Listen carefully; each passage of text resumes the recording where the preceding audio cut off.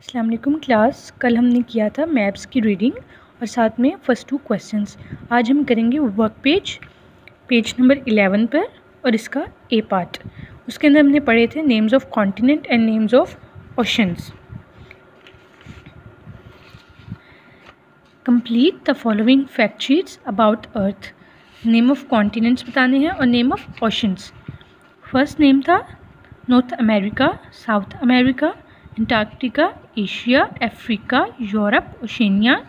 Names of oceans हैं Arctic Ocean, Pacific Ocean, Indian Ocean, Southern Ocean and Atlantic Ocean. इसके साथ हम करेंगे पेज नंबर 13 की 14 और 15 की reading. Climate. Some days are hot and sunny, some days are wet and it rains a lot. Sometimes there are hot, dry winds blowing, sometimes there are thunderstorms and flashes of lightning light up the sky. There is the daily weather. The weather changes from day to day. However, in some places it is cold for long periods of time.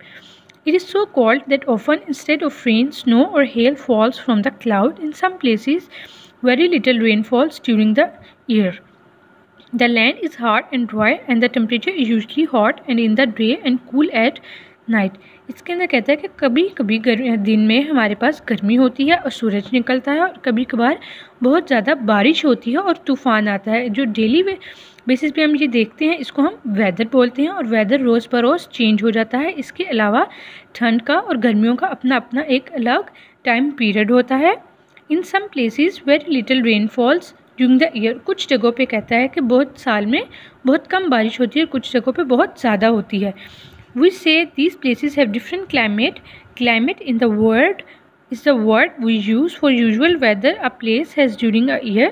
In most parts of Pakistan, we have a warm climate high upon the mountains of the north. It is mostly cloudy throughout the year. In the south, it is generally warm all year. कहते हैं कुछ जगहों का हर जगहों का climate different होता है और क्लाइमेट को हम आमतौर पे वेदर की जगह पे यूज़ करते हैं जो कि साल के लिए हम इस्तेमाल करते हैं। कुछ जगहों पे पाकिस्तान में बहुत ज़्यादा गर्मी होती है, क्लाइमेट यानी बहुत गर्म होता है, कुछ जगहों पे बहुत ज़्यादा ठंडा होता है। The climate of a place is divided into different periods called seasons. और अगर क्लाइमेट को हम डिफरेंट पीरियड्स में टाइम पीरियड्स में डिवाइड करें तो हम उनको सीजन्स बोल देते हैं। The warm time of the year is called summer, यानी कि गर्मियाँ कहा जाता है गर्म वक्त को। The cold time of the year is called winter. Summer and winters are season, ये 2 सीजन्स होते हैं।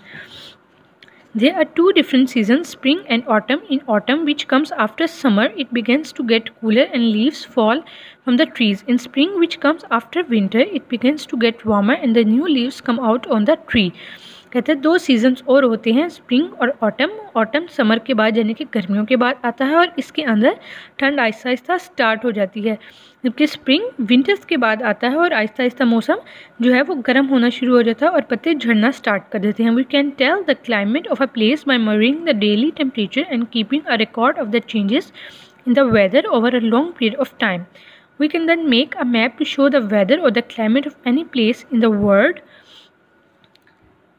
Temperature, heat is measured with a thermometer.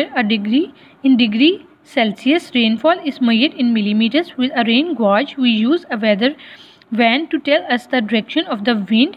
Wind speed is measured by anemometer or a barometer measure air pressure.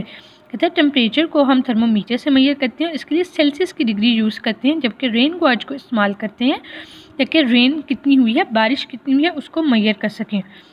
इसके अलावा कहता है कि हम हवा की स्पीड को मेजर करने के लिए एनीमोमीटर को यूज़ करते हैं और बैरोमीटर हम यूज़ करते हैं ताकि एयर के प्रेशर को देख सकें। And other instruments are use to measure the wind speed, the amount of sunshine, the water vapours in the atmosphere. People who study the weather and climate and keep records are called meteorologists. वो लोग जो कहता है कि weather और climate के बारे में पढ़ते हैं और उनके रिकॉर्ड्स रखते हैं अपने पास, हम उनको मेटीरियोलॉजिस्ट बोलते हैं।